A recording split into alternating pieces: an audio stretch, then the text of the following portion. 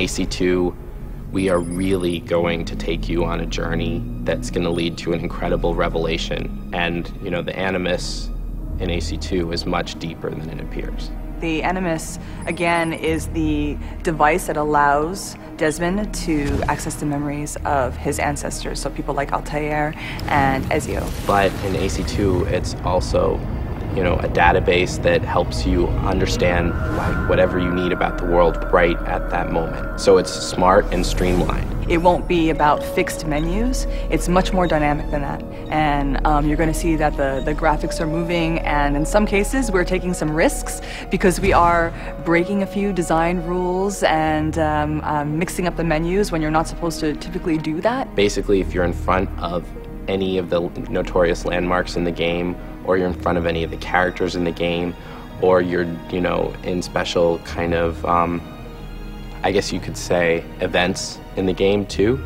you will receive a small discrete pop-up that allows you to access the database and find out history about it, find out, you know, kind of go in more depth into what's going on. It's leading you, and on the other hand, it's also trying to punctuate moments. I'll give you anything you want. So our objective was to seamlessly merge this very slick, high-tech looking graphic design with a rich, beautiful, historical 3D world.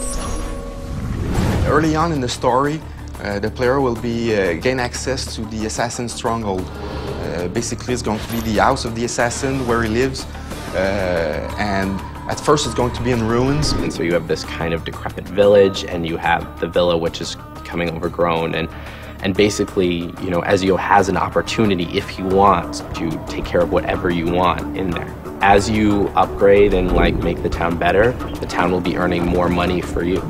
Villas were one of the characteristic architectural styles of the Renaissance. Because families lived so close together in these tight little cities, almost all of them would purchase land outside in the country and then build a country house to go to on retreat, whether it was for weekends or for the summer to get out of the heat of the city. Among other things, the villa will be used to store, if we will, kind of a repository of all the assassin's possessions. So anything he's going to have gathered through the economic system will all end up at the villa. It's a large place, it's got a library, it's got a lot of relics, you know, a lot of family relics, and by exploring the place and interacting with the people that live there, they'll be able to gain insight into the Auditore family. Much more than Assassin's Creed 1, Assassin's Creed 2 is like this gigantic world. It's cities within cities within cities. I think what's wonderful about the game is that you just are in the city as it was in the 1470s or 1480s, and the research that's gone into reconstructing the city at that particular historical moment looks just terrific to me.